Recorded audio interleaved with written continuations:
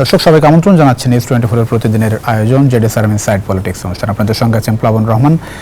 আমাদের আজকের আলোচনার বিষয় বিচার বিভাগের সংস্কার আসলে কোন পথে। আপনারা জানেন যে অন্তর্বর্তী সরকার দায়িত্ব নেওয়ার পর থেকে নানা দিকে আসলে সংস্কার শুরু করেছে এবং বলেছে যে বিশেষ করে একটি গ্রহণযোগ্য নির্বাচনের জন্য যা যা সংস্কার দরকার সেসব সংস্কার এই সরকার করবে। তার মধ্যে অন্যতম একটি জায়গা বিচার বিভাগ, পাশাপাশি নির্বাচনী সংস্কার করবে এবং বলা হয়েছে যে আজকে অন্তর্বর্তী সরকারের একজন উপদেষ্টা বলেছেন যে নির্বাচনী ব্যবস্থায় আসলে এমন একটি ব্যবস্থা তারা রেখে যেতে চায় যার মাধ্যমে গ্রহণযোগ্য নির্বাচন অনুষ্ঠিত হবে, সবসময় স্থায়ী একটি রূপ তারা দিয়ে যেতে চায়। বিচার বিভাগে এরই মধ্যে সংস্কার শুরু হয়েছে জানেন। আমরা সব মিলে বিষয় নিয়ে মূলত আলোচনা করতে চাই। আজকে আমাদের স্টুডিওতে দুজন গুরুত্বপূর্ণ অতিথি আছে। শুরুতে তার সঙ্গে আপনাকে পরিচয় করে দিয়ে আছেন ব্যারিস্টার মোহাম্মদ নওশাদ জমির, আন্তর্জাতিক বিষয়ক সম্পাদক বিএনপি। আমার ডান দিকে আছেন, একেবারে ডান পাশে আছেন অ্যাডভোকেট আভয়না রাজ্জাকি, আইনজীবী, সুপ্রিম কোর্ট। দুজনকে স্বাগত জানাচ্ছি সাইড পলিটিক্সে। শুরু করতে চাই ব্যারিস্টার মোহাম্মদ নওশাদ জমির আপনাকে দিয়ে।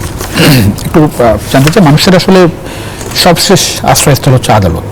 মানুষ ধরেন কোনো রকম অনিয়মের মধ্যে পড়লে, নিষ্পেষণের মধ্যে পড়লে সবশেষ আদালতে যায়। বাংলাদেশের আদালতের প্রতি মানুষের আস্থাটা আপনি আসলে কেমন দেখেন? বাংলাদেশের আদালতের প্রতি মানুষের সবসময় একটা আস্থা ছিল এবং এখনো আছে, তবে আস্থাতে একদম চিড় ধরেনি এটা আমি বলবো না। আস্থার এই চিড় ধরার কারণগুলো অনেক আছে। এটা আমরা গত বহু বছর ধরে, বিশেষ করে গত এই যে সরকার ছিল যেটাকে আমরা ফ্যাসিস্ট সরকার হিসাবে উল্লেখ করছি, গত 16 বছর, তাদের সময় আমরা দেখেছি বিচার বিভাগের যে রাজনীতিকরণ হয়েছে, এই রাজনীতিকরণের ফলে বিচার বিভাগের স্বাধীনতা এবং বিচার বিভাগের নিরপেক্ষতা নিয়ে বেশ কিছু প্রশ্ন উঠে এসেছে। আসলে আপনি যখন বিচার বিভাগ বলেন, বিচার বিভাগ ব্যাপারটা খুব অল্প কিছুর মধ্যে সীমিত না। এটার মধ্যে আছে আপনার যে কি পরিমাণ মামলা আপনার আছে, আপনি মামলার গুণগত মান, আপনি কিভাবে মামলাটা সম্পন্ন করছেন, এটার গুণগত মানটা কি, আপনি এটার কতটুকু সময়ের মধ্যে আপনি করছেন, যেখানে প্রসিকিউশন সার্ভিস তারা কিভাবে কাজটা করছে, আপনার যে মামলার ফলাফল যেগুলো সেগুলো সঠিকভাবে হচ্ছে কি হচ্ছে না, আপনার অল্টারনেটিভ ডিসপিউট রেজলিউশন যেটাকে আমরা বলি এইটার প্রসারতা কতটুকু আছে, কিংবা আপনার ধরেন মানুষের এই বিচার বিভাগে অ্যাক্সেস টু জাস্টিস বা তাদের কিভাবে তারা বিচার বিভাগের কাছে শরণাপন্ন হতে পারে, এই সবগুলোই কিন্তু এটার অন্তর্ভুক্ত। কিন্তু গত 15 বছর বা 16 বছরের যে দুঃশাসন বা যে কোনো কারণেই হোক না কেন, আমরা দেখেছি যে বাংলাদেশের প্রেক্ষিতে অন্তত বিচার বিভাগের যে সংস্কারের প্রশ্নগুলো বা যে কথাগুলো আমরা শুনতে পাচ্ছি, এটা চলে এসছে দুটো ব্যাপারের মধ্যে। একটা হচ্ছে যে আপনার বিচারকদের নিরপেক্ষতা রাজনীতিকরণের কারণে, আরেকটি হচ্ছে বিচারকদের দুর্নীতির ব্যাপারে আমরা অনেক অভিযোগ শুনতে পেরেছি। তো এই দুটোই আসলে আমাদের বাংলাদেশের মানুষের এই যে বিচার বিভাগের প্রতি যে আস্থা, সেটাতে কিছুটা চিড় ধরেছে বলে আমি মনে করি। জি, একটু আভয়না রাজ্জাকি, এই জায়গাটা একটু আপনার কথা শুনতে চাই। দুটি কথা বলেছেন যে বিচার বিভাগের যে রাজনীতিকরণটা সেটি আসলে মানে কোন পর্যায় পর্যন্ত আছে, এক। আর 2 নম্বর হচ্ছে যে এত প্রশ্ন সমালোচনা কেন আসলে আমাদের আদালত অঙ্গন নিয়ে, বিচারাঙ্গন নিয়ে? ধন্যবাদ আপনাকে এবং আমার সমালোচক এবং আপনার নিউজ 24-এর দর্শক শ্রোতা। একটা যে বিষয়টা বলছেন যে রাজনীতিকরণ, যেটা আপনি বললেন, জি, আপনি রাজনীতিকরণটা কিন্তু কোনো ফ্যাক্টর না, রাজনীতিকরণটা অপরাধ নয়। কারণ পৃথিবীর সব দেশেই কেউ নির্বাচিত হয়ে যখন প্রেসিডেন্ট হয়, সে তার অফিস তার মতো সাজায়। কিন্তু প্রশ্ন হচ্ছে আপনি তো দেশটার সেবা দিবেন। বিচার বিভাগে আমি যাকেই সিলেক্ট করি না কেন, সে তো তখন 18 কোটি লোকের জন্য বিচারক, তাকে যেই নিয়োগ দেখ। অর্থাৎ বিষয়টা হচ্ছে ওইখানে নিয়োগ দেওয়ার পর তার উপরে আর কোনো প্রভাব থাকবে না। নিয়োগ আমি দেই, নিয়োগ আপনি দেন, নিয়োগ উনি দেখ, নিয়োগ দেওয়ার পর সে ধরা ছোঁয়ার বাইরে চলে যেতে হবে। আপনাকে আইনটা সেভাবে রাখতে হবে, তার সাথে আর কোনো কথা চলবে না। এটা এখন রাজনৈতিক লোক দিন, কোনো অসুবিধা নেই। আমাদের এখানে কি হচ্ছে? হ্যাঁ, আমাদের এখানে হচ্ছে আমরা শপথবদ্ধ রাজনীতিবিদদেরকে অ্যাপয়েন্টমেন্ট দিছি। আপনাকে বুঝতে হবে, যিনি একসময় বলছেন আমি শপথবদ্ধ রাজনীতিবিদ, এবং আমার এমন ভালো বিচারক উনি। শপথবদ্ধ রাজনীতিবিদ বলতে পৃথিবীতেই সংজ্ঞা নাই, ওটা উনি বানাইছেন। অর্থাৎ উনি বুঝাইতে চাচ্ছেন আমি শপথ করছি এই যে আমি এই সরকারের পক্ষে কাজ করব। শপথবদ্ধ রাজনীতিবিদ, শপথবদ্ধ বিচারক, শপথবদ্ধ বিচারক। আপনি আসেন, উনি তো এক্সপেরিয়েন্স লোক। সভ্য জগতের কোথাও এক্সাম্পল আছে কিনা যে $1 বিলিয়ন পাচার হয়েছে তার তদন্ত থামাই দিচ্ছে? পৃথিবীর কোথাও আছে কিনা? তদন্ত থামানো যায় না। তদন্ত হলো রাইফেলের গুলি বা বন্দুকের গুলির মতো, একবার ট্রিগারটা প্রেস করবেন ও চলে যাবে, এই হলো তদন্ত। তো সেই লোকগুলা, তাহলে আপনাকে বুঝতে হবে কোন লেভেলে নিয়োগ দিচ্ছেন এবং তাদের কি ছিল, তাদের কমিটমেন্ট। আপনি দেখছেন পৃথিবীতে প্রধানমন্ত্রী পালায়ে যাওয়ার পর বিচারপতিরা পালায় কিংবা পদত্যাগ করে একযোগে, বাংলাদেশের গভর্নর পালায়ে যায়, প্রশাসনের লোক পালায়ে যায়, মন্ত্রী এমপি সব পালায় যায়। আমরা তো পতন আরো দেখছি, এরকম তো দেখি নাই। তাহলে কি জিনিস বানাইছিল? না, পালাচ্ছে কেন? হ্যাঁ, পালাচ্ছে, আমল নামাটা নিজেরটা নিজে জানে, যেই কারণে হাসিনা পালাইছে তাদের দোষর তারা ছিল, সেই কারণে দোষররাও পালাচ্ছে। না, ধরেন সরকার প্রধানের পালিয়ে যাওয়ার একটা প্রেক্ষাপট ছিল, আন্দোলন, অনেক আলোচনা জায়গায় আছে, কিন্তু ধরেন যারা এই যে বিচারক, তারপরে এই যে প্রশাসন থেকে পালিয়ে যাওয়া, এরা কেন, কি কারণে তাদেরকে আসলে পালিয়ে যেতে? কোয়ালিটি মামলা লাগবে, কথার কথা বলছি। আপনি আমাকে বলেন কেন পালাবেন না? একটা মামলা সাগররুনি হত্যা মামলা, 12-13 বছরে পুলিশ রিপোর্ট হয় নাই, 111 বার সময় নিয়েছে, মুখে আঙুল দিয়ে বৈশা ছিল এই বিচার বিভাগ। তারা কি একটা কৈফিয়ত চাইছে যে ঘটনাটা কি? তাহলে আপনি একে দিয়ে কি করবেন? আসেন, 1 লক্ষ 6 লক্ষ মামলা হয়েছে বিএনপির বিরুদ্ধে, হ্যাঁ, তার মধ্যে 40-50 লক্ষ আসামি, পুলিশ রিপোর্ট হয়নি 80%। এটা তামাশা করতে বসছিলেন ওনারা? এই মামলাগুলো তো তাদের কাছে যাবে নাকি? তাদের কাছে গেছেও।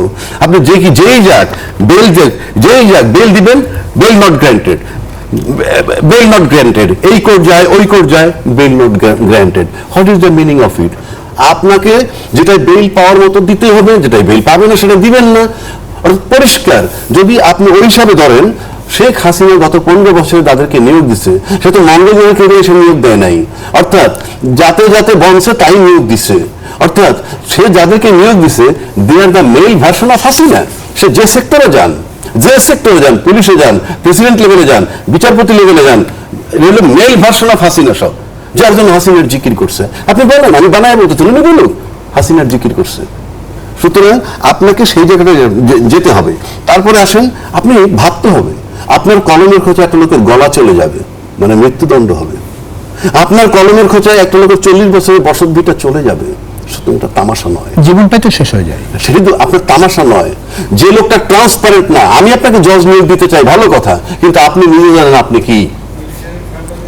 যার বিবেক নাই, যে জজশিপের জন্য যিনি মানে আবেদন করেন কিংবা তদবির করেন, দৌড়ান, তার মতো রাম ছাগল পৃথিবীতে নাই, অথবা অযোগ্য লোক নাই। কেন আমি বলি, আমি আবারও বলছি, আপনি যদি বুঝতেন যে এটার দায়টা কি, তাহলে আপনি কোনোদিন আবেদন করতেন না, লয়ার থাকতেন, কারণ লয়ার ডিফেন্স দেয়। আমাদের এখানে এখন বিচারক নিয়োগের পদ্ধতি, ক্রাইটেরিয়া কি, মানে কোন কোন যোগ্যতা প্রক্রিয়ার মধ্যে দিয়ে বিচারক নিয়োগ হয়? এখন উনারে আমি ঘুষ দিচ্ছি কিংবা উনি আমারে ঘুষ দিচ্ছে, এই কথা আমি বলতে পারবো না। তবে আমি বিগত দিনে দেখছি, হ্যাঁ, কোন চেম্বারে যোগাযোগ করলে জজশিপ নিশ্চিত, কোন চেম্বারে যোগাযোগ করলে অ্যাটর্নি জেনারেল হবে, এগুলো নিশ্চিত। এগুলো সভ্য জগতের কোথাও নাই, সভ্য জগতের কোথাও না। মানে হতে পারে দুর্নীতি এইরকম এত নেকেড, এত ওপেন, যেখানে বলা হয়েছিল আমরা একজন বিচারপতিকে নামাইয়ে দিছিলাম, তারপরে কি হয়েছে? সেই বিষয়টা নিয়ে যখন ব্যারিস্টার আমির ইসলাম গেল কোর্টে, আমিরুল ইসলাম ওয়াজ রিজেক্টেড লাইক এনিথিং। আপনার মনে আছে? আপনি কি করে বিচারপতির নামাই দিচ্ছেন সেটা দৃঢ়চিত্তে বলেন, এবং এটা দিয়ে অন্য বিচারপতি থেকে ভয় দেখান, এবং যে বিচারপতিরা ভয়ের চোটে কথা বলে না এবং জাস্ট অযোগ্য, আমি মনে করি শেখ হাসিনার সময় অ্যাপয়েন্টেড যারা এখনো আছে, they should vacate their office from their own. অনেক ধন্যবাদ। একটু আপনার কথা শুনতে চাই মোহাম্মদ নওশাদ জমির। আমি একটু জানতে চাই যে বিচারক নিয়োগের প্রক্রিয়াটা আমাদের বাংলাদেশে কেমন, এক আর 2 নম্বর হচ্ছে কেমন হওয়া উচিত, বহির্বিশ্বের উদাহরণ দিয়ে যদি একটু বলেন। এটা হচ্ছে কি, আমাদের সংবিধানে যেটা আছে সেটা হচ্ছে যে আপনার প্রধান বিচারপতি নিয়োগটা সরাসরি রাষ্ট্রপতি দেবেন, এবং হাইকোর্ট বিভাগ, আমরা হাইকোর্ট বিভাগ নিয়ে কথা বলছি আগে, তারপরে লোয়ার কোর্ট নিয়ে কথা বলবো। হাইকোর্ট বিভাগের অন্যান্য বিচারপতিদের নিয়োগটা যেটা হয় সেটা হচ্ছে 10 বছর যারা সুপ্রিম কোর্টে প্র্যাকটিস করেছেন, সেরকম অভিজ্ঞতা সম্পন্ন যারা আছেন, তারা প্রধান বিচারপতির সুপারিশ ক্রমে তাদেরকে নিয়োগ দেওয়া হয়, রাষ্ট্রপতি নিয়োগ দেন। আর লোয়ার জুডিশিয়ারি থেকে যারা ডিস্ট্রিক্ট জাজ হিসেব পর্যন্ত এসেছেন, তাদের থেকে হায়ার জুডিশিয়ারিতে অ্যাপয়েন্টমেন্টটা দেওয়া হয়। আর লোয়ার জুডিশিয়ারি যেটা তাদের পরীক্ষা বিসিএস পরীক্ষার মাধ্যমে তারা জুডিশিয়াল সার্ভিসের অ্যাপয়েন্টমেন্ট পায়, এটা হচ্ছে আমাদের নিয়মটা। সমস্যাটা হয়ে গেছে যেটা কারণে আমরা এই কথাগুলো এতগুলো কথা আসলো, সেটা হচ্ছে হাইকোর্টে যখন অ্যাপয়েন্টমেন্টটা বা নিয়োগটা হচ্ছে তখন দেখা যাচ্ছে যে আমরা দলীয় বিবেচনায় নিয়োগটা দিচ্ছি। এখন হচ্ছে কি আপনার ভাই যেটা বললেন, রাজাক ভাই যেটা বললেন, পৃথিবীর বিভিন্ন দেশেই আপনার দলীয় বিবেচনায় যে নিয়োগ হয় না তা না। যেমন কিছুদিন আগে খুব দুটা উল্লেখযোগ্য উদাহরণ হচ্ছে, একটা হচ্ছে মেক্সিকোতে এই রাষ্ট্রপতি যিনি ছিলেন উনি খুব নিজের পপুলার ছিলেন, উনি একটা অদ্ভুত আইন করার চেষ্টা করলেন, যেটা আমেরিকাতে অনেক স্টেটে আছে, যে তাদের 7,000 বিচারপতি মিউনিসিপ্যাল, সুপ্রিম কোর্ট থেকে আরম্ভ করে মিউনিসিপ্যাল পর্যন্ত সবাইকে নির্বাচিত হতে হবে। এটা একটা অদ্ভুত, আমাদের দেশের জন্য এটা আমরা শুনলে খুব অবাক হবো, এটা অদ্ভুত ব্যাপার, এটা হতে পারে না। ইসরায়েলে ওনারা আরেকটা আপনার ধরেন একটা রিফর্ম বা একটা সংস্কারের চেষ্টা করলেন, এইখানে ওনারা বললেন যে না, আমাদের এখানে বিচারপতিদের ক্ষমতা বেশি, তো বিচারপতিরা সাধারণত সরকারি বা এক্সিকিউটিভ ওয়ার্ক যেটাকে আমরা বলি সেটা বাতিল করতে পারেন। তো ইসরায়েল আইন করে ওরা বলল যে না, এখন থেকে ওই যে রিজনেবলনেস বা যৌক্তিকতার ভিত্তিতে সরকারি কাজ যেটা বিচার বিভাগ বাতিল করতে পারে এখন থেকে আর পারবে না। এটা হলো আপনার এই ইসরায়েলের রিফর্ম। তো এক একটা দেশের প্রয়োজন এক এক রকম। আমাদের দেশের প্রয়োজনটা এই যে রাজনৈতিক যে আমাদের নিয়োগটা হয় এটা বন্ধ হওয়া খুব প্রয়োজন। এটা প্রয়োজন কেন? কারণ আমাদের অভিজ্ঞতা এখন বলছে যে রাজনৈতিকভাবে যখন আপনার নিয়োগটা হচ্ছে, যেমন ধরেন আমাদের প্রধান বিচারপতি ছিলেন ছাত্রলীগের সেক্রেটারি বোধহয় ছিলেন উনি, আর তারপরে সেকেন্ড যিনি ছিলেন এনায়েত রহিম সাহেব তিনি ছিলেন ছাত্রলীগের প্রেসিডেন্ট, অথবা ভাইস ভার্সা, একজন প্রেসিডেন্ট ছিলেন একজন সেক্রেটারি ছিলেন। এবং এখনো বেশ কয়েকজন আছেন যারা ছাত্রলীগের আপনার ভাইস প্রেসিডেন্ট ছিলেন, সংগঠন করে আসছেন। তো এই ধরনের মানুষগুলোকে নিয়ে সমস্যাটা হচ্ছে, এটা আমি ভাইয়ের সঙ্গে একমত যে আইডিয়াল আচরণ বা সঠিক আচরণ যেটা হওয়া উচিত, আপনি যখন ওই চেয়ারটায় বসবেন ওই চেয়ারটার একটা মর্যাদা আছে, আপনি সেই মর্যাদাটা রাখবেন। কিন্তু আমাদের দেশের দুঃখজনক অভিজ্ঞতা হচ্ছে যে এটা তিনারা রাখেননি। এখন প্রশ্নটা হচ্ছে যে সামনের পথটা আমরা কিভাবে চলছি, আমরা কি এই পুরানো ঘটনার পুনরাবৃত্তি করব, আমরা কি একটা রিস্ক বা আমরা একটা আবার সেরকম একটা অবস্থায় যাব যে আচ্ছা ঠিক আছে আমরা আবার পরীক্ষামূলকভাবে দেখি। এদিকে একটু জানি, একটু একটা প্রশ্ন করি ছোট, সেটা হচ্ছে ধরেন ওনারা তো একটা শপথ নিয়ে এই জায়গায় বসেন, চেয়ারে বসেন, সেটি তো একটা বড় ব্যাপার। জি, ধরেন আপনার একটা দায়িত্ব আছে, আপনার মানে দেশের বিষয় তো এক আছে, আর প্রত্যেকটা ডিসিশন তো খুব খুব গুরুত্বপূর্ণ এবং এটার উপর অনেক কিছু ডিপেন্ড করে। ওনারা আসলে কিসের বিবেচনায় মানে একটা মানুষ এরকম হয়ে যেতে পারে? এক, এই যে দলীয় লেজুর বৃত্তির কথা চলে আসে এখানে। দুই নম্বর হচ্ছে যে ওনারা কি ধরেন সরকারের থেকে বিভিন্ন নির্দেশনার আলোচনা সমালোচনা বহু হয়েছে যে সরকার নির্দেশিতভাবে আদালত চলে, সরকার যা চায় সেভাবে আদালত আসলে রায় দেয়, এইসব সমালোচনা তো এসেছে, আলোচনা আছে। তো সেই জায়গাটায় ধরেন কোনো বিচারক সরকারের কথা শুনলো না, সেক্ষেত্রে কি মানে পরিণতি একেবারেই উনি আর ওখানে থাকতে পারবেন না, বিষয়টা এরকম? এটা হচ্ছে কি আপনার কোন পর্যন্ত আপনি যাবেন সেটার উপর নির্ভর করে। আমাদের যেমন এস.কে. সিনহা সাহেবের ব্যাপারে যেটা আমরা দেখেছি, তিনি ষোড়শ সংশোধনীর ব্যাপারে একটা রায় দিলেন, তিনি আর থাকতে পারলেন না, কারণ এইটা আপনার এই গত ফ্যাসিস্ট সরকারের জন্য গুরুত্বপূর্ণ ছিল ব্যাপারটা। আবার ধরেন ত্রয়োদশ সংশোধনী, তারা যারা রায় দিয়েছেন তাদের পক্ষে তারা প্রত্যেকেই প্রধান বিচারপতি হয়েছেন, যেই তিনজন এটা বিপক্ষে রায় দিয়েছেন তাদের দুজনেই প্রধানমন্ত্রী বিচারপতি হওয়ার কথা ছিল, আব্দুল ওয়াহাব মিয়া এবং বিচারপতি ইমান আলী, ওনারা দুজনের একজনও হননি। তো অন্তত বাংলাদেশের গত 15 বছরের অভিজ্ঞতা হচ্ছে যে এই সমস্ত কাজগুলো রাজনৈতিক কর্মকাণ্ড থেকে হয়েছে।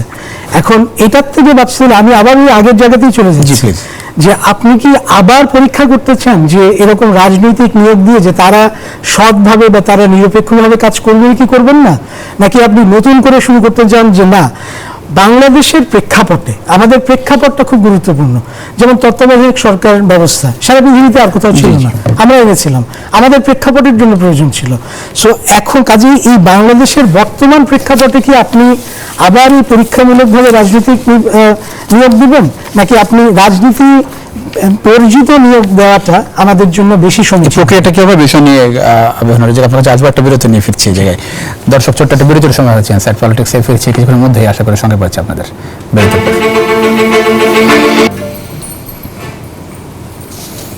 দর্শক আবারও স্বাগত জেডএসআরএম ইনসাইড পলিটিক্সে।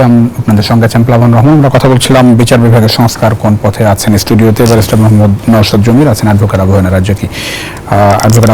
আসতে চাই, বিচারক নিয়োগ নিয়ে অনেক আলোচনা সমালোচনা, প্রক্রিয়াটা আসলে কি হওয়া উচিত? আপনারা বিরতির আগে আমরা আলোচনা করছিলাম, কিন্তু আপনিও বলছিলেন যে এমন একটা নিয়ম প্রক্রিয়া ঠিক করা উচিত যাতে করে কেউ এসে এটিকে খুব সহজে বিতর্কিত বিচারকদের নিয়োগ দিতে না পারে। না, যেমন ভাই যেটা বললেন সেগুলো তো সংবিধানে আছে। এই কোয়ালিটি হইলে, এই ক্রাইটেরিয়া তারা বিচারপতি হতে পারে। এই ক্রাইটেরিয়াগুলো কিন্তু খুব সহজ ও সিম্পল। এখন আসেন আমরা যে বিচারকদের যে দুর্নীতির কথা বলি, সেটা lower court to higher court যেখানেই যান, দুর্নীতি কিন্তু অনেক রকম আছে। আপনি অনেক বিচারক পাইবেন একদম ভালো, কিরকম জানেন? 1 নম্বর মিথ্যা কথা বলে না, 2 নম্বর ঘুষ খায় না, 3 নম্বর তিনি কোনো দুর্নীতি করেননি, সব ফ্যাক্ট। এরকম লোক আছে, কিন্তু সরকার যা বলছে তার বাইরে যায় নাই। এর চেয়ে জঘন্য বিচারক আর হয় না। ওকে জামিন দিও না, সকালবেলা টেলিফোন বলে দেয় এ জামিন পাবে না। জঘন্য, এটা তো ঘুষ খাওয়ার চেয়েও খারাপ। এই ফোন বন্ধ করবেন কেমনে? কোথায়? আমি সেটাই তো বলতেছি, ফোন কেমনি বন্ধ করবো সেটা সেকেন্ডারি, কিন্তু যে ফোন করেন সে কে? আচ্ছা, এবার আসেন, তারপর আসেন, যেমন ধরেন এই যে এখন মাজার ভাঙতেছে, ইউসি মাজার ভাঙতেছে, আপনি কি এখন সোমোটো রুল পেয়েছেন? হাওয়া খাচ্ছে কোর্ট, বিচার বিভাগ একটা রুল পেয়েছেন আপনি সুমোটো? এরা কারা? 5টার আইডেন্টিফাই, কোন মাদ্রাসার ছাত্র? কেউ কেউ বলতে মাদ্রাসার ছাত্র, আইডেন্টিফাই করেন, মাদ্রাসার প্রিন্সিপাল শোকজ দেন ফর এক্সাম্পল। কেউ if he or she belongs to any party, show cause দেন। কারণ আচ্ছা, এটা গেল একটা সাইড। আবার উল্টো দিকটা আসেন, আমরা তো মেনি ম্যান মেনি মাইন্ডস। আমি তো জানি না আপনি কোন ক্রাইটেরিয়ার। আপনি তো মাজার বিরোধী হতে পারেন, ফর এক্সাম্পল মাজার বিরোধী হতে পারেন। তো তাহলে আপনার কাছে যদি এই পিটিশনটা কেউ নিয়ে যায়, তাহলে তো মানে যুক্তি মুক্তি দিয়ে বলবো ইট ইজ জাস্টিফাইড। এই জন্য বলা হচ্ছে আপনি নিরপেক্ষ। নিরপেক্ষ কিভাবে থাকবেন? আপনার বিবেক কাজ করতে হবে। পৃথিবীর 4 শ্রেণীর মানুষ আছেন, আপনাকে কথা বলি। 4 শ্রেণীর মানুষ। 1 শ্রেণীর মানুষ হলো জিহ্বা তাজা অন্তর মরা, বুঝতে পারছেন কথাটা? আবার 1 শ্রেণীর মানুষ আছে জিহ্বা মরা অন্তর তাজা। আর 1 শ্রেণীর মানুষ আছে জিহ্বা এবং অন্তর দুইটাই মরা। আর 1 শ্রেণীর মানুষ আছে জিহ্বা এবং অন্তর দুটোই তাজা। সেটা হয়তো আমরা পাবো না, তারা মহান অলি আল্লাহ হয় যারা এই অন্তর এবং জিহ্বা। কিন্তু যদি ওইটা পাওয়া যায় অ্যাটলিস্ট, যে জিহ্বা মরা কিন্তু অন্তরটা তাজা, তাহলে কিছুটা বিবেক বিবেচনা থাকতে পারে। একান্তই যদি আমরা সেটা না পাই, তাহলে কি করব? তাহলে আপনার কিছু বাইন্ডিংসে আনতে হবে। আপনি সিঙ্গাপুরে বাসে উঠবেন, আপনার টাকা মারার সুযোগ নাই। আপনি কয়েন ফেলবেন ইয়েতে, বাকিটা ফেরত আসবে, আপনার সুযোগই নাই, মানে ক্যাশ হ্যান্ডেলিং নাই।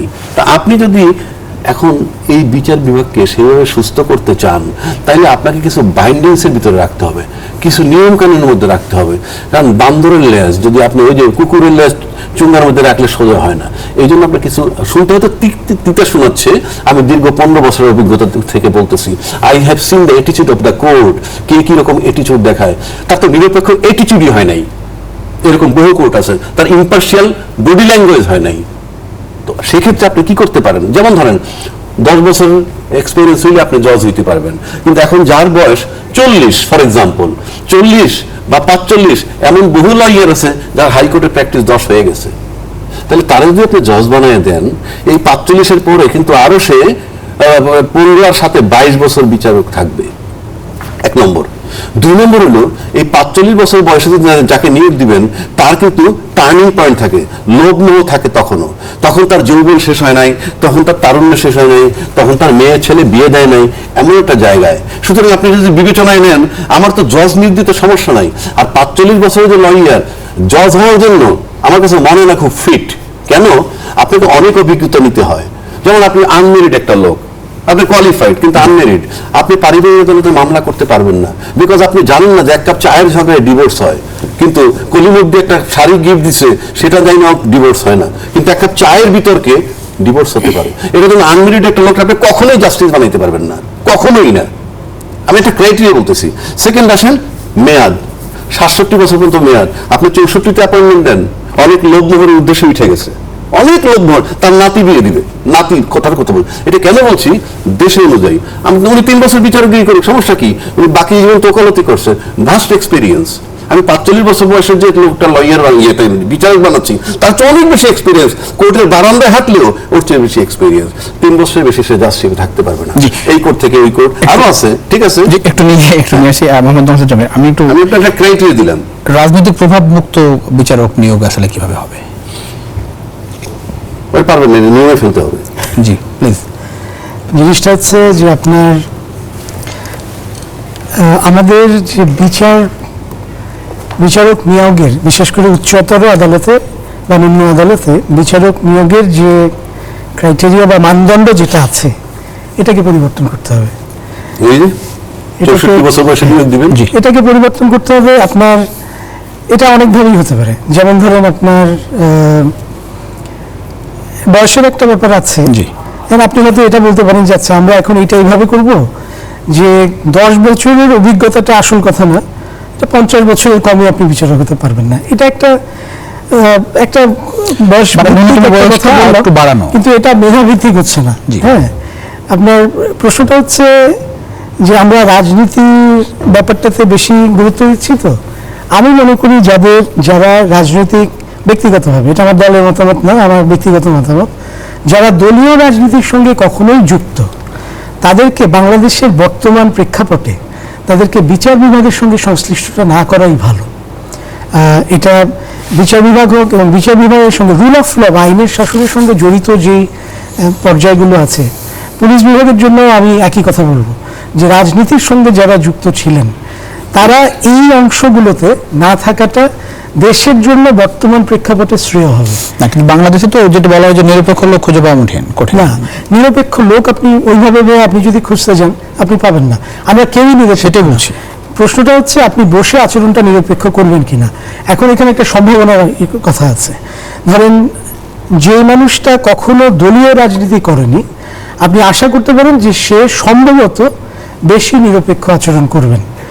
সবসময় সঠিক তা না, বিচারপতি খায়রুল হক এটার একটা এক্সেপশন বা ব্যত্যয় বলতে পারেন আপনি। কিন্তু তাছাড়া আপনার সাধারণভাবে আমরা আশা করতে পারি যারা দলীয় রাজনীতি করেননি তারা আপনার নিরপেক্ষ থাকবেন। এখন বিভিন্ন দেশের প্রক্রিয়াটা আপনি দেখেন, আমেরিকান সিনেট ধরেন, আমেরিকাতে যখন সুপ্রিম কোর্টের বিচার বিভাগের যখন বিচারক নিয়োগ হয়, সিনেট হিয়ারিং হয়। সিনেট হিয়ারিংয়ে কী হয়, যেমন আমি আপনাকে উদাহরণ দিই, বিচারপতি জন রবার্টস, ওদের যে প্রধান বিচারপতি, তিনি যখন নিয়োগপ্রাপ্ত হলেন, তখন এই সিনেট কমিটি তার জীবনের যত লেখা তিনি লিখেছেন বিচারক হিসেবে এবং আইনজীবী হিসেবে, সব লেখা তারা পড়েছে এবং দেখেছে, এবং দেখে তারপরে তার সঙ্গে প্রশ্ন উত্তরের মাধ্যমে সিদ্ধান্ত নিয়েছে যে হ্যাঁ, তার কাছ থেকে একটা মোটামুটি মাঝারি জায়গায় এসে অবস্থান করে কি করে না। অবশ্যই তার একটা রাজনৈতিক দর্শন আছে, এটা সবাই জানে।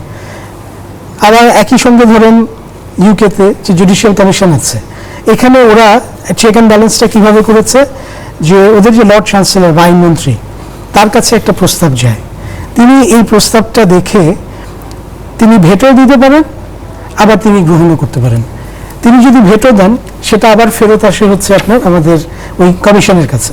কিন্তু কমিশন যদি আবার পুনরায় ওই ব্যক্তিকে, একই ব্যক্তিকে আপনার তখন কমিশন যদি অন্য কাউকে নিয়োগ দেন, তখন এটার উপরে আবার আইনমন্ত্রী ভেটো দিতে পারেন না। তো একটা চেক অ্যান্ড ব্যালেন্স তারা এইভাবে করেছে।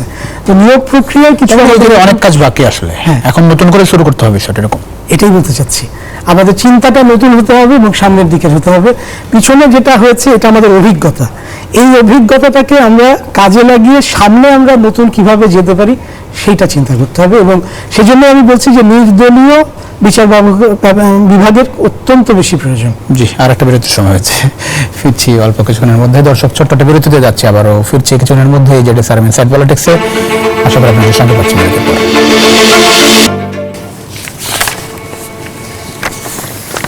দর্শক, আবারও স্বাগত জেডি স্যার ইনসাইড পলিটিক্সে। আপনাদের সঙ্গে আছে প্লাবন রহমান। কথা বলছিলাম বিচার বিভাগ নিয়ে।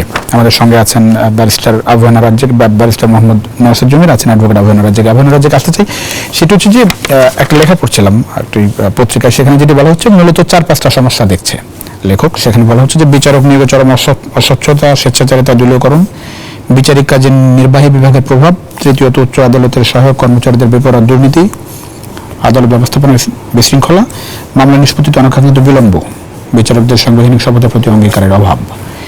এত সব সমস্যা সমাধানের পথটা শুরু হবে কিভাবে? এই এতগুলো সমস্যা একটা কারণে, সবার উপরে নির্বাহী বিভাগ বড়। এটা যখন থাকবে তখন এই সমস্যাগুলো হয়। জাস্ট একটা সিম্পল, সবার উপরে থাকবে বিচার বিভাগ। কোন অর্থে? তুমি দেশ চালাও গিয়ে, সমস্যা নাই। তুমি দেশ চালাও, আমি সুযোগ পাইলে সুমোটো রোল দিব, কি আমার তো রাইট আছে। বিচার বিভাগ থেকে নির্বাহী বিভাগ টোটাল তো আলাদা থাকতে হবে। তো আমি তো ওই জন্য বললাম, আপনি নিয়োগ দিবেন, নিয়োগ দেওয়ার পর আপনি তার চেহারা দেখবেন না। ইন্টেলিজেন্সের রিপোর্ট যে দিয়ে দেওয়া হয় উন্নত বিশ্বে, মানে ইন্টেলিজেন্সের প্রধানরা নিয়োগ দেয় সরকার, দেওয়ার পর তার সাথে আর সরকারের যোগাযোগ নাই, তারা তাদের কোর্সে চলে। এখন আমি মিনিমাম বয়স হিসেবে 60, যেটা আমি আপনাকে বলছি একটু আগে, মিনিমাম বয়স বিচারকের মিনিমাম। তারপর তাকে বিবাহিত হইতে হবে, কতগুলো শর্ত দিচ্ছি। তারপর শতভাগ পরাধীন থাকতে হবে। শতভাগ পরাধীন মানে কি আমরা সবাই জানি। ইচ্ছা করলেই বাজারে যাবে, ইচ্ছা করলেই ক্লাবে যাবে, ইচ্ছা করলেই পার্টিতে আড্ডা মারবে, পারবে না, এটা বিধান। You cannot make yourself public. তারপরে যদি আসেন, যাদের সাথে তার রেগুলার কথাবার্তা, ফোন তালিকা, মানে আত্মীয় একটা নির্দিষ্ট তালিকা দিয়ে দিতে হবে। ফোন কল রেকর্ড হবে। যদি বলেন রেকর্ড হবে কেন, আপনি তো সৎ লোক, সমস্যা কি আপনার রেকর্ড দিলে? আপনার সমস্যাটা কি? আপনি কি 60 বছর বয়সে কি করবেন আপনি? সুতরাং ফোন কল রেকর্ড হতে হবে। তারপর একটা আসেন, খাস কামরায় নো ভিজিটার্স। খাস কামরায় নো ভিজিটার্স। জাজমেন্টে যদি কোনো ক্লারিক্যাল মিস্টেক হয় শুদ্ধ করবে, আবার কোর্টের বেঞ্চ অফিসারকে বলবে নেক্সট টাইম, তাহলে আধা ঘন্টা পর বা পরের দিন ওপেন কোর্টে করতে হবে এভরিথিং। এখন আসেন আর একটা ব্যাপার, আপনার এই যে ছোট্ট করে আংশিক জাজমেন্ট দিলেন আজকে, 12 মাস 16 মাস পরে পূর্ণাঙ্গ জাজমেন্ট নো, আংশিক জাজমেন্ট আপনি দিতে পারেন। তারপরে 15 দিনের মধ্যে পূর্ণাঙ্গ জাজমেন্ট দিবেন, এবং আংশিক জাজমেন্টের যে অপারেটিভ পার্ট পূর্ণাঙ্গ জাজমেন্টের সাথে আইডেন্টিক্যাল থাকতে হবে, অর্থাৎ অভিন্ন, চেঞ্জ হতে পারবে না। জি, অনেক ধন্যবাদ। আমি জানতে চাই যে মানুষ তো ওই শেষ আশ্রয়, যেটা শুধু বলছিলাম যে মানুষ সবশেষ আদালতে যায় বিচারের আশায়। কোনো মেয়েকে ধরেন রেপ করেছে, কোনো মেয়েকে ধরেন কোনো রাজনৈতিক দলের নেতা তুলে নিয়ে গেছে, কোথায় যাবে? আদালতে যাবে। আদালতে যাওয়ার পরে যে একটা অসহায় ভাব, ধরেন আদালতে যাওয়ার পরে সে নানাভাবে হেনস্থার শিকার হয়, দুর্নীতির মধ্যে পড়ে, টাকা ছাড়া কিছু হবে না। এই বিষয়গুলো থেকে মানুষ আসলে কিভাবে পরিত্রাণ হবে? কি ধরনের পরিবেশ, এই পরিবেশটা আমরা আসলে আদালতে কিভাবে নিশ্চিত করতে পারি? এটা আপনার আসল একটা কথায় যদি উত্তর দিতে হয়, তাহলে আপনার সেটা হচ্ছে বিচার বিভাগের উপরে আস্থা। এখন ধরেন আমরা বিচারক কে হওয়া উচিত এই আলোচনাতেই তো আছি এতক্ষণও। ওইটাতে আমাদের রোয়াল্ড ডারউইন নামে একজন আমাদের লিগ্যাল ফিলোসফার আছে, উনি একজন বিচারপতির কথা বলছেন, বিচারপতি হারকিউলিস, জাজ হারকিউলিস। তো হারকিউলিস হচ্ছেন এমন একজন জাজ যিনি আইনের যে কোনো কিছুতে একটা সর্বোচ্চ সঠিক সমাধানে যেতে পারেন। এটা একটা কাল্পনিক জাজ বিচারক। তো এরকম বিচারক আমরা খুঁজে পাবো না। কিন্তু আমাদের আসলে আমাদের যে অভিজ্ঞতা হয়েছে, এই অভিজ্ঞতার আলোকে আমাদের এই নতুন করে আমাদের মানদণ্ডটা আবার ঠিক করতে হবে। এই মানুষের যে আস্থার কথা বললেন, মানুষ কোর্টে গেলে বুঝতে পারে না যে আমি কিসের মধ্যে আসলাম। আমরা তো যারা সুপ্রিম কোর্টে প্র্যাকটিস করছি, আমরা যখন ধরেন অনেক সময় আমাদের গাউনটা বা কোটটা না পরে আপনি নিম্ন আদালতে কখনো যাই, আমরা নিজেরাও অনেক সময় বুঝতে পারি না যে কোথায় কি হচ্ছে। তো এই জিনিসটা একটা প্রসেসের মধ্যে যখন আমরা ঢুকে যাই, আমরা অনেক সময় খুব হতবাক হয়ে যাই। আপনি যেমন, আমরা যখন হাসপাতালে যাই, একটু অসুস্থ হয়ে যখন হাসপাতালে যাই, হাসপাতালের পরিবেশটা এমন যে আপনি ওইখানে ওই পরিবেশ দিয়ে নিয়ন্ত্রিত হয়ে যান। তো আসলে এই ব্যাপার থেকে, এই অবস্থা থেকে উত্তরণের একটাই উপায় হচ্ছে যে মানুষের প্রত্যেকটা ইনস্টিটিউশন বা বিচার বিভাগের প্রতি আস্থাটা ফেরত আসতে হবে। আরেকটা বিষয়, বড় বিষয়, সেটা হচ্ছে লাখ লাখ মামলা যে পেন্ডিং হয়ে আছে, এটি কিভাবে দ্রুত সমাধান করা সম্ভব? হ্যাঁ, এটা অনেকভাবেই সমাধান করা যায়। তবে আপনার আসল কথাটা হচ্ছে যে আরো অতিরিক্ত বিচারক নিয়োগের প্রয়োজন। এখন উনি যেটা বলছেন রাজ্জাক ভাই, যে একটা বয়স ঠিক করে দেয় 60 বছর। এখন ধরেন আমাদের কিন্তু অনেক রিটায়ার্ড বিচারক আছেন, হ্যাঁ, যারা কিন্তু কর্মক্ষম। আপনি তাদেরকে অ্যাডহক বিচারক হিসেবেও নিয়োগ দিতে পারেন। আমাদেরকে এখন কাল্পনিক হতে হবে, অনেক নতুন করে চিন্তা করতে হবে যে তাদেরকে আমরা অ্যাডহক বিচারক হিসেবে নিয়োগ দিয়ে আমরা এগুলো শেষ করতে পারি কিনা, কারণ প্রচুর এবং একই ধরনের অনেক রকম মামলা আছে। তো এই ব্যাপারগুলো আমাদের খেয়াল রাখতে হবে। আর আমাদের একটা প্রজেক্ট ছিল, বিচারপতি মুস্তাফা কামাল সাহেব ওটার হেড ছিলেন, এটা হচ্ছে জুডিশিয়াল রিফর্ম প্রজেক্ট বিশ্বব্যাংকের। সেটার সময় আমরা দেখেছি যে একটা মানদণ্ড ঠিক করা হয়েছিল যে আগের মামলাগুলো, আগে শেষ করতে হবে। জি। এবং সেভাবেই কিন্তু আমাদের ধরেন ফাঁসির যতগুলো মামলা ছিল পুরোনো সাল থেকে শুরু করে 67 সাল থেকে শুরু করে শেষের দিকে আস্তে আস্তে এখন আমরা হয়তো 90 বা 2000-এর দশকে এসে পৌঁছেছি। এইভাবে মামলাগুলোকে আমাদের এগিয়ে নিতে হবে। আসল কথা হচ্ছে বিচারকদের উপরে মানুষের আস্থা থাকতে হবে। জি, তাহলে পরে আমরা মানুষ আশা করি যে অন্তর্বর্তী সরকার এই জায়গায় গুরুত্বপূর্ণ কাজ করে যাবে, যার মধ্য দিয়ে আমরা আসলে সত্যিকার অর্থে মানুষের আস্থার জায়গা হয়ে উঠবে বিচার বিভাগ। অনেক ধন্যবাদ দিতে হচ্ছে অ্যাডভোকেট আবু রাজ্জাক, ব্যারিস্টার মোহাম্মদ নওশাদ জমির। আপনাদের দুজনকে অসংখ্য ধন্যবাদ। এটা সমাজের জন্য দর্শকের ছিল আজকের ইনসাইড পলিটিক্স। দেখাবেন নেক্সট অন্য সময়। সে পর্যন্ত ভালো থাকবেন, সুস্থ থাকবেন। আশা করি নিউজিল্যান্ডের সঙ্গে থাকবেন।